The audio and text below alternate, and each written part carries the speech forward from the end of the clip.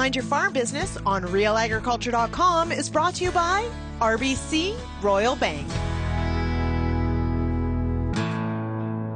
Hello and welcome to another episode of the Mind Your Farm Business podcast, brought to you by RBC Royal Bank. I'm your host, Shaun Haney of RealAgriculture.com. Today we're talking about a skill that is absolutely essential to running a successful farm or ag business, but one that doesn't get nearly enough attention. It's negotiation. Now, whether you're buying equipment, land, inputs, or selling your crop or livestock, you're negotiating every single day. And yet, most of us are never, ever taught how to do it well. We just make assumptions. A lot of it's in hindsight. To help us change that, I'm joined by Mark Raffan, founder of Negotiations Ninja. Mark trains sales, procurement, and business leaders on how to get more value out of every deal without burning bridges. He's worked with some of the biggest companies in the world, and today he's here to share practical, farm-relevant negotiation strategies that can help you reduce costs, secure better service, and walk into every deal with confidence. We're going to dig into why most people just wing it and why that's a real mistake, plus how to prepare, plan your levers, understand your walk-away point, and manage your emotions at the negotiating table. Let's get to it.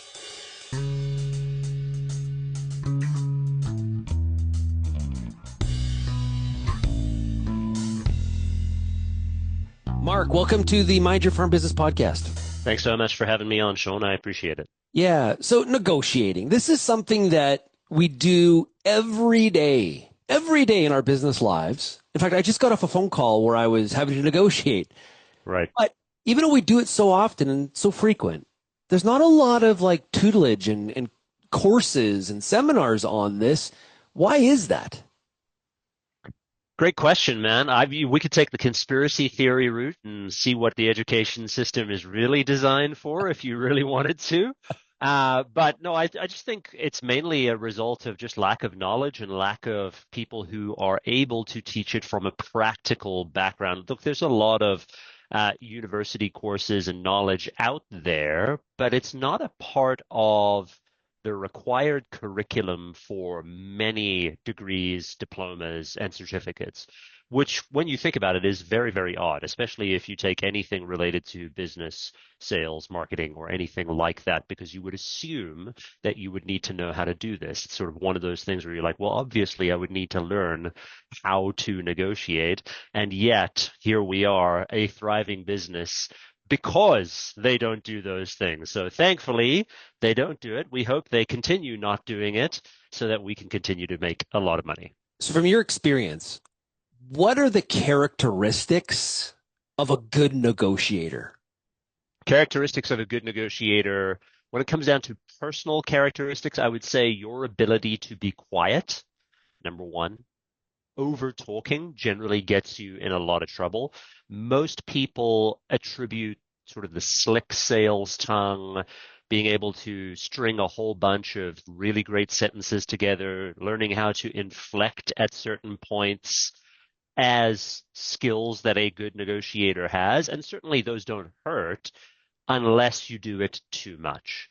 And we've seen that a lot of people just are not willing to be quiet. So being quiet, number one skill, because you allow the other person to talk.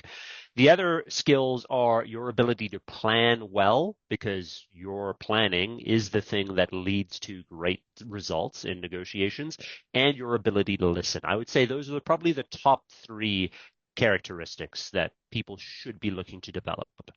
Now you mentioned the be quiet and be a good listener. Are there other common mistakes that bad negotiators make that we need to be avoiding all the time? The single biggest mistake that people make is thinking that negotiation is just something that you can win, right? Like they go into it and they kind of shoot from the hip and they're like, oh, I'll just see what I can get in this negotiation. The problem is that see what I can get is not a strategy, right? Like if you don't know what you want, guaranteed you're going to get something that's not within the plan, and you don't have a plan, so it doesn't really matter in the first place. So you're going in to try and generate something that doesn't really make a lot of sense if you're winging it. So the biggest mistake that we see people make is just they don't plan, they don't prepare, they don't have a strategy, they don't even know what they want. They say things like, well, I want to get a good deal, to which our response is, okay, Yeah. what is a good deal really, right? Like, what does a good deal mean for you? And most people say something like, well, I want to make money, or I want to save money, or I want to reduce risk. And we're like, okay, now we're slowly moving in the right direction. Unfortunately, we need more detail than that to be really, really effective. Yeah. Now, I think a lot of times, and you mentioned the slick salesman. Like, I think we think of the stereotypical, the disc profile. The D would be like, the hard driving negotiator that just forges ahead. But I'm sure that all the personality types can be good negotiators. Sure. How they go about it may be a little bit different. Is that true? Yeah, I would say so. You can definitely lean on your strengths in terms of the communication type that you are, whether it's DISC or Myers-Briggs or Yep. whatever tool that you're using.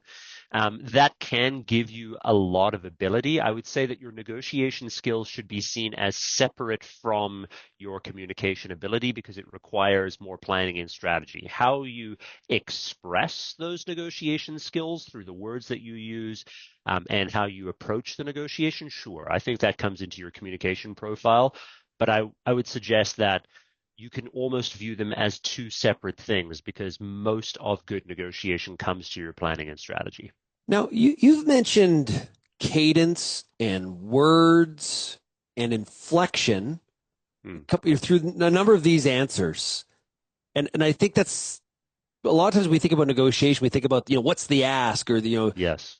how you negotiate. But you've mentioned some softer things here that I think are worth some time to kind of dig into. Yeah, well, there's two major parts. So we focus almost exclusively on planning and strategy. The second part to that is how you deliver and execute on that planning and strategy. So what words do you use? How do you use those words? What body language do you use? How do you use your nonverbal cues to be able to elicit certain types of things? How do you frame your sentences? All of that matters for sure. In the absence of a strategy, it's ineffective. And here's why. Because it doesn't really matter how good you sound if you don't know what you want. Because you could sound phenomenal. You could be inflecting, as you say, on all of the right things. You could have the right pacing and cadence and the right pitch and tone and all of those things, and it would sound amazing. And you would walk away with a deal going, "Wow, I feel great about it." And then I would come in as an auditor of the negotiation after the fact and say, "Hey, it looks like you got a good deal." And you would say, "Yeah, I got a phenomenal deal." I was like, and then I would say something like, "Okay, prove it." To which the response would be, "Well, here's the result I got." "Okay, but what did you want beforehand?" "No, but here's the result I got." "Yes, but does that match the result that you wanted before you went in?" Yeah. And that's where most people completely go off the rails. Now, that is not to say that all of those things like cadence and tone and all of those things aren't important. Certainly they are very important. And when it comes to negotiation, what really, quote unquote, sells in negotiation is the sexy, DJ voice that many people hear about, when we have a conversation and that sounds smooth and almost alluring in how I ask for things. But that's not what really matters. Okay, so let's go through this a little bit. I am looking for a 10% cost reduction in some sort of input for my business, whether that's maybe Sure. a tractor, fertilizer, whatever. I know that I'm looking for a 10% reduction. Right. So I know the end goal, but we know we're not just focused on the outcome. We need to have the process in place to raise the probability of us getting to that goal. So what does that process need to look like? What do you suggest? I'll actually show you the planning process Great. step by step. So We'll get back to the rest of the Mind Your Farm Business podcast, but a quick word from our sponsor, RBC Royal Bank. This episode of the Mind Your Farm Business podcast is brought to you by RBC. Your idea of preparing for the unthinkable happens here. No one knows what tomorrow will bring, but with RBC and their team of experts by your side, you can plan for the unexpected. From market risks to exploring new tech to weather challenges, they'll help you get the peace of mind you've been looking for. Visit rbc.com/agriculture to learn more.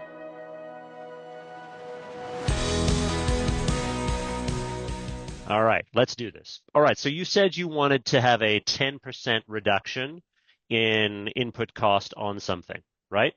Whatever that one thing is, whether it's fertilizer or whatever it might be. Now, that's the outcome. Let's zone out on this a little bit more. What you really are looking for is, it sounds like you want to reduce overall cost. What else do you want to achieve from this negotiation? Let's just say it's from a tractor provider. Do you want better service as well? Yeah, maybe weekend call service. So I know I can 7 days a week. I can call for So service. you want better service. Let's just put in better service. What else do you want from this tractor provider? A coat would be nice. It gets a little chilly in the Canadian winter. Maybe some swag would be good. Swag. All right. Let's limit it to those three for now. Now, these are what we call aspirational goals in negotiation. They're things that we aspire to. They're directional. They're visionary. They help us get there. Most of the Western world, for example, sets the aspirational goal of losing weight on January 1st of every single year. But that goal in and of itself is not very helpful because it needs more detail. So if the number one goal, for example, is to reduce cost, then we can start to think about, okay, what is actually going to help us drive the successful achievement of that reduction in cost? First, let's talk about reduction in price, which is what we talked about earlier. So reduction in price of the tractor. What else is going to help us reduce cost on a tractor purchase? The interest rate you offer. Interest rate, so reduction in interest rate. What else? Would you include stuff like penalties for remove penalties for early payment, stuff like that? No penalties. Yeah, those are good. Okay, so now we've got three things that could help us to reduce costs. Now, earlier on, we had the micro goal of reducing 10% price on the tractor, right? My goal here was to get you to zoom out to say, well, what is it that we're actually trying to achieve? We're actually trying to reduce cost, but there are a number of different levers for us to be able to do that. Where most people go is they go too micro too quickly. And then they limit themselves. So now they don't have as many levers that they can pull, and they make that negotiation super myopic around one thing. Now if we do that, we just start haggling over that one thing.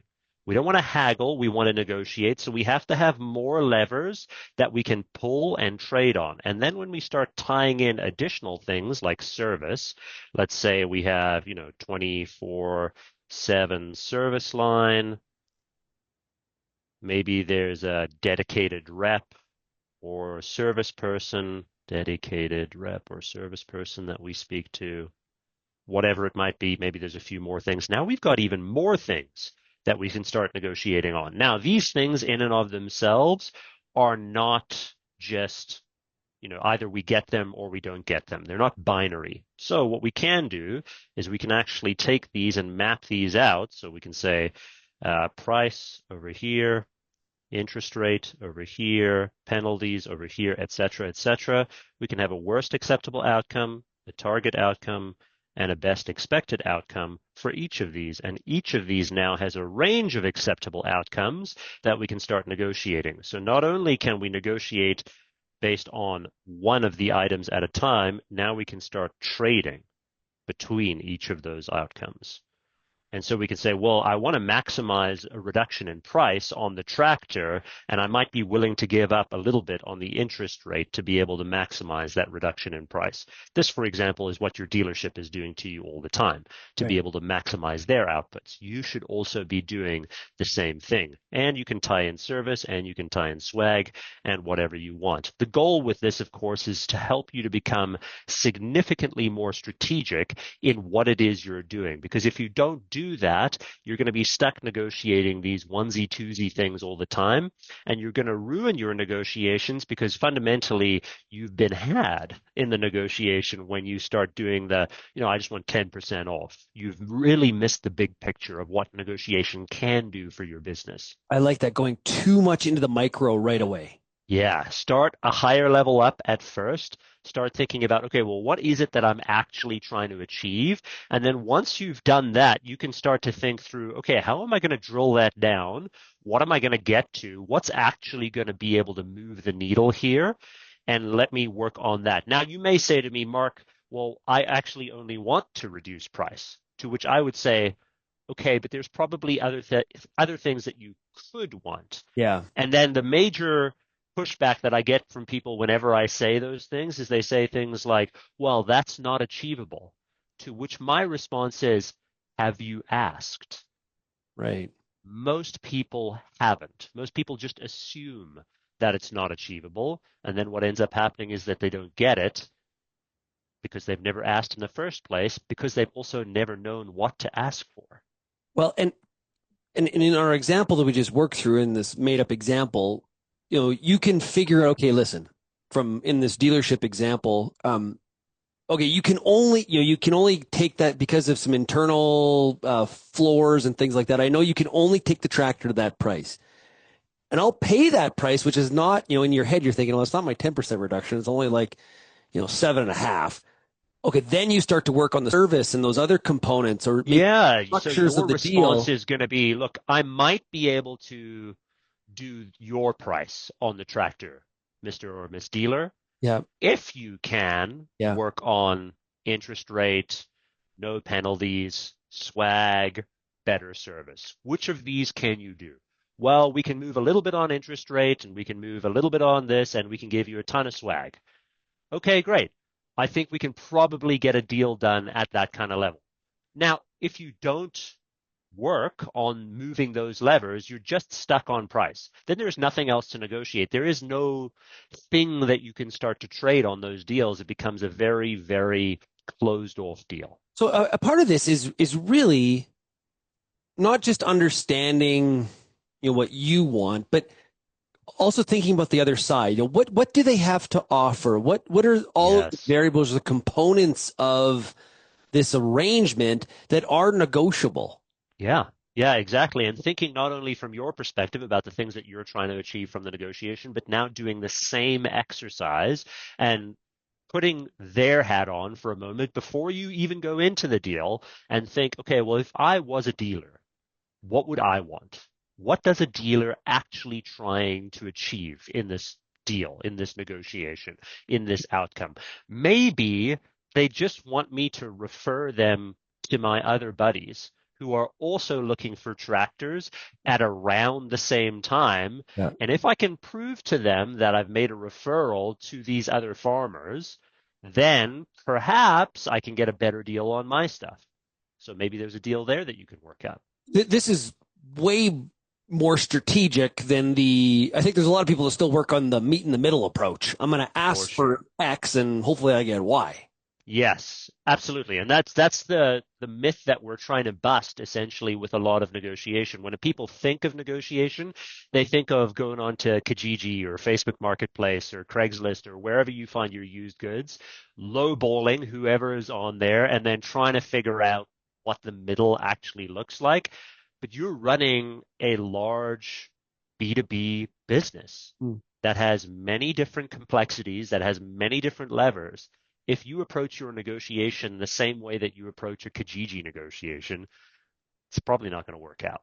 Yeah, a real estate example, you know what? I'll pay full price.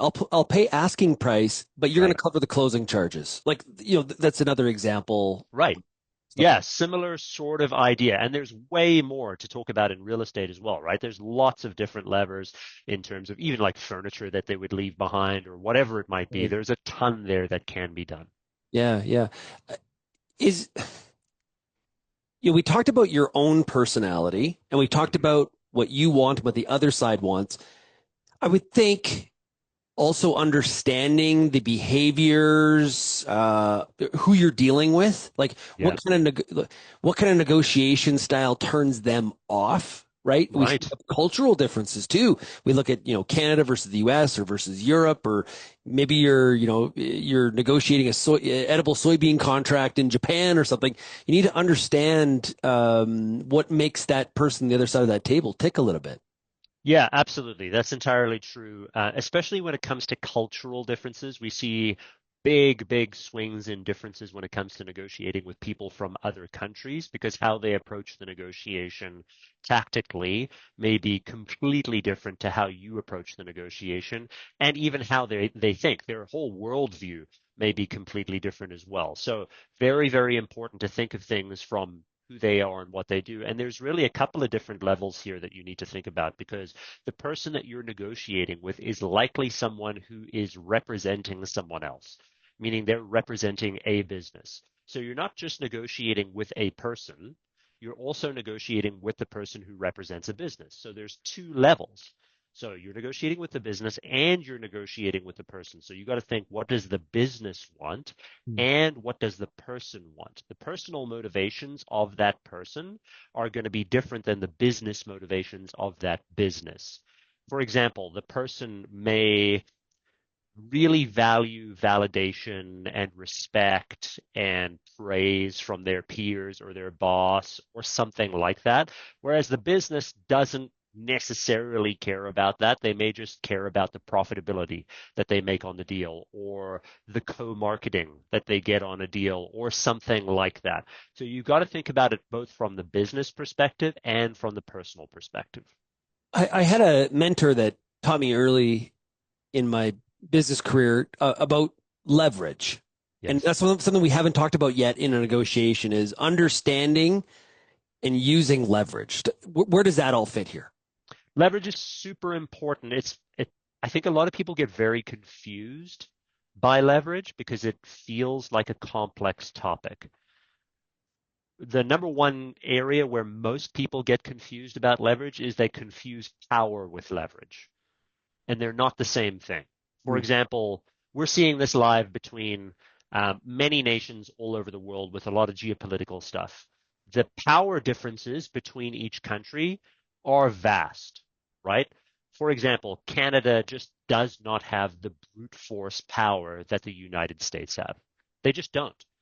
But Canada has a lot of leverage, right? We have access to natural resources. We have lots of great farming. We have phenomenal relationships abroad. We have things that other countries just don't have. That gives us leverage in the negotiation, but we don't have the power, so to speak. So don't confuse those two things. If you confuse power with leverage, often what ends up happening is you create a lot of head butting in the negotiation, a lot of chest bumping, typical teenage boy kind of fight where, Yep. everyone starts bumping chests. That's the kind of thing that power arguments start happening about. When it comes to leverage, it's significantly more strategic. And what's really interesting about leverage is a lot of the time it comes down to not only the actual practical leverage that you have, but the perceived leverage that you have. There's a great negotiator named Herb Cohen who is still alive. He's in his late 80s right now. He wrote a fantastic book. In fact, I have it You right have it. here. Nice. It's called You Can Negotiate Anything. It's a fantastic book. He once said to me in a conversation, the interesting thing about leverage, Mark, is if you think you got it, you've got it. If you think you don't got it, you don't got it. Mm. And a lot of the time, that's true. If you go into the negotiation assuming that, oh, I have no leverage, I'm going to get screwed, they're going to Ah. completely steamroll me, that's going to bleed through in how you interact in the negotiation. And then they are going to do those things. Now, Fake you it till you make can't, it, Mark. Fake it till you make it. right? Yeah. And now here's the unfortunate reality. You can't let positivity bias replace competence and preparation and actually trying to build leverage. You still have to do those things, but you also can't go into the negotiation going, dang it, I'm going to get screwed, Yeah. right? Because then you are going to get screwed. So there is a balance that has to be made around that. Now, you can, fortunately enough, there are ways to build leverage prior to going into a negotiation, but it takes a long time and it takes a lot of effort. Yeah. So this is why we ask people whenever they're going into a negotiation, please don't wing it, right? Try to plan at least 3 to Prep. 6 months ahead of time so that you're ready for that deal, especially if it's a big deal that's a lot of money, that's going to cost a lot of things. And if it's risky, right? You want to make sure you're ready. Yeah, that prep. That is Yes, so key here. In all of this, it is about the preparation absolutely. to just allow yourself to have the chance to be, as successful as you can be in the negotiation. Um, One of the things that I know many of us are not the best at in a negotiation is actually the part about it's easy to say, yeah, let's do it. This is great. The harder one sometimes is to say, you know what? I'm walking away. This Yes. deal isn't for me. Maybe that's buying a neighbor's farm or a bunch of grass cattle and prices are steamy. You just you know what? I'm gonna walk away. That is hard. Yeah. In order to be able to do that, you have to know where you're actually going to walk away, and not only where you're going to walk away, like what your line in the sand is. Your red line. Yeah, you have to know at what level this doesn't make sense. So is there a profitability number where this doesn't make sense? Is there a risk number where this doesn't make sense? Is there a vibe that you feel where like this doesn't make sense? This person feels a bit Yeah. icky in terms of the ethics of the deal. Like if I start feeling that feeling, then do I walk away? So what are your criteria that you set up where you know you're not going to make the deal work? Okay, fine. Now that we have that line set, but now you have to ask the other question, which is, if I do walk away from this deal, where do I walk away to? Yeah. And most people don't have that answer. So they may get like in a huff and say, you know what, I'm not doing this deal. And they walk away from the deal and they go, ooh, okay, now I've got to source other options. I've got to figure out what I'm going to do because I've just walked away from a deal that I thought was going to work. I don't have an alternative to go to. And so a lot of people get stuck, Shaun. They get stuck in situations where they're going, okay, now I've got to figure out something really fast. And now they're rushing. And then they rush to put a new deal in place. And then they get a worse deal Yeah. than they had in the first place. So whenever you go into a negotiation, not only should you be figuring out where your line in the sand is for that negotiation, but also start planning for what happens if you walk away. Where do you go to next? And know the opportunity costs of the decisions that you are making or not making. For sure. What you just hit on there too, which we haven't talked a lot about, is your emotions. Yes. Right? And the example you just gave of like, you're getting upset, you're getting frazzled. You know what? I'm out of here. I'm flipping the table over and we're not doing this deal. Then when you calm down, you're like, what the heck was I thinking? I got out of my head. I was frustrated. Actually, that was a pretty good deal. Yeah. Controlling our emotions is a key part here. Yeah. And if you can't control your emotions, get someone to do it for you. Yeah. Because if you go into a negotiation and you are emotionally unregulated, it becomes pretty challenging pretty quickly. Because if someone like me is sitting across the table from you, and I know and I found out where your buttons are, and I know when to push them and how to push them to get exactly what I want, I'm just going to keep pressing them Yep. all day long to get exactly what I want out of that deal. Now, here's the trick. What a lot of people don't realize about getting frustrated or angry, there's two big parts to this.